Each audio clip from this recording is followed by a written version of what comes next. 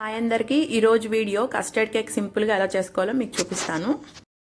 ఒక mixie jar తీసుకొని అందులో 2 ఎగ్స్ని బ్రేక్ చేసి వేసుకోండి. అండ్ అందులో 1/2 కప్ షుగర్ వేసుకోండి. అండ్ 1/2 కప్ ఆయిల్ వేసుకోవాలి.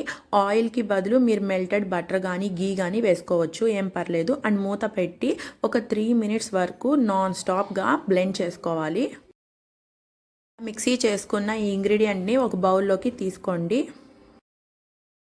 అండ్ ఈ బౌల్ పైన మీరు స్ట్రైనర్ పెట్టి 1 కప్ మైదా కానీ 1 కప్ గోధుమ పిండి కానీ వేసుకోండి. నేనైతే 1 కప్ గోధుమ పిండి వేసుకుంటున్నాను. మీరు ఏ కంపెనీ గోధుమ పిండి తీసుకున్నా పర్లేదు.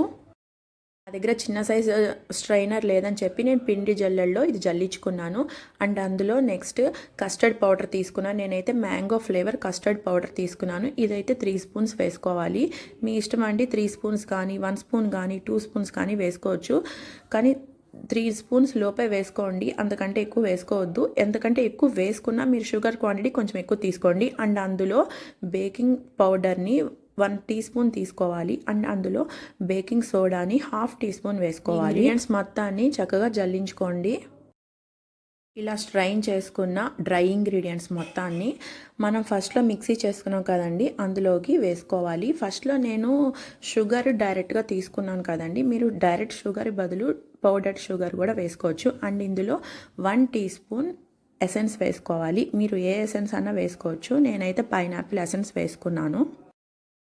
డ్రై ఇంగ్రీడియంట్స్ మొత్తాన్ని వెట్ ఇంగ్రీడియంట్స్లోకి మనం యాడ్ చేసుకున్న తర్వాత ఒకే డైరెక్షన్లో మీరు కలుపుకోండి. నేనైతే కట్ అండ్ ఫోల్డ్ మెథడ్లో కలుపుతున్నాను. కేక్ మిక్చర్ని మీరు కట్ అండ్ ఫోల్డ్ మెథడ్లో తిప్పడం రాకపోతే ఒకవేళ ఒకే డైరెక్షన్లో తిప్పుకోండి ఈ పిండిని. కేక్ మిక్చర్ని ఒకే యాంగిల్లో కాకుండా మీరు యాంగిల్స్ మారుస్తూ పిచ్చి పిచ్చిగా కలిపేశారనుకోండి, అందులో ఎక్కువగా ఎయిర్ బబుల్స్ ఫామ్ అయిపోయి కేక్ ఫ్లఫీగా రాదు. అందుకు చెప్తున్నాను. మనం ఈ కేక్ మిక్చర్ని కలిపేటప్పుడు టైట్గా అవుతుంది. టైట్గా అయినప్పుడు ఏం చేయాలంటే కాగబెట్టి చల్లార్చిన పాలని యాడ్ చేసుకోవాలి. అది కూడా ఒకేసారి యాడ్ చేయకండి, కొద్ది కొద్దిగా యాడ్ చేసుకోండి.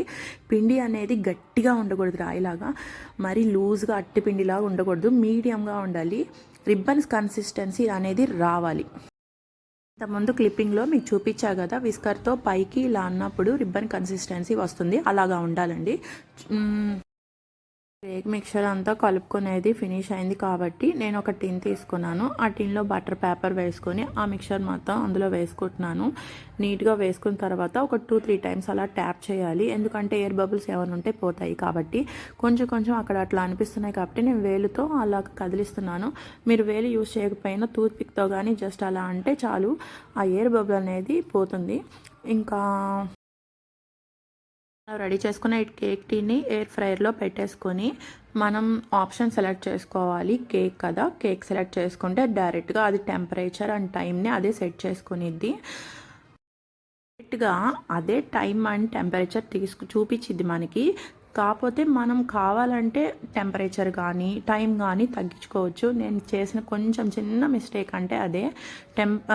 టెంపరేచర్ కరెక్ట్గానే ఉంది 180 డిగ్రీస్ మీద, కానీ 30 మినిట్స్ టైం చూపించింది కదా, కానీ 30 మినిట్స్ కాకుండా నేను 25 మినిట్స్ తీసుకోవాల్సింది. కొంచెం పైన కొంచెం హార్డ్గా వచ్చింది కేక్, అంటే కొంచెం ఎక్కువ రోస్ట్ అయిందని చెప్పొచ్చు. బేక్ అవటం ఫినిష్ అయిపోయిన తర్వాత దాని మీద ఒక కాటన్ క్లాత్ వేసుకోవాలి. ఎందుకు కాటన్ క్లాతే వేసుకోవాలి, అసలు క్లాత్ ఎందుకు వేసుకోవాలంటే పైన కేక్ డ్రై అవ్వకుండా ఉంటుంది. చల్లారిపోయిన కేక్ని కేక్ చుట్టూ స్క్రాప్ చేసేసి డీమోల్డ్ చేసుకోవాలి. డీమోల్డ్ చేసిన కేక్కి బ్యాక్ సైడ్ ఉన్న బటర్ పేపర్ని రిమూవ్ చేసేయండి. కేక్ని సన్నటి పీసెస్గా చేసుకొని ఎయిర్ టైట్ కంటైనర్లో స్టోర్ చేసుకోండి. మీకు 4 డేస్ వరకు నిల్వ ఉంటాయి. వీడియోస్ చూసిన ప్రతి ఒక్కరూ లైక్ చేయటం మర్చిపోతున్నారండి. ప్లీజ్ లైక్ చేయండి అండ్ మమ్మల్ని సపోర్ట్ చేయండి. మీకు లైక్ చేయటం వల్ల, సబ్స్క్రైబ్ చేసుకోవడం వల్ల, కామెంట్ చేయటం వల్ల, ఒకరికి షేర్ చేయటం వల్ల మీకు 1 రూపీ కూడా ఖర్చు అవ్వదండి. అండ్ లైక్ చేయటం అసలు మర్చిపోకండి.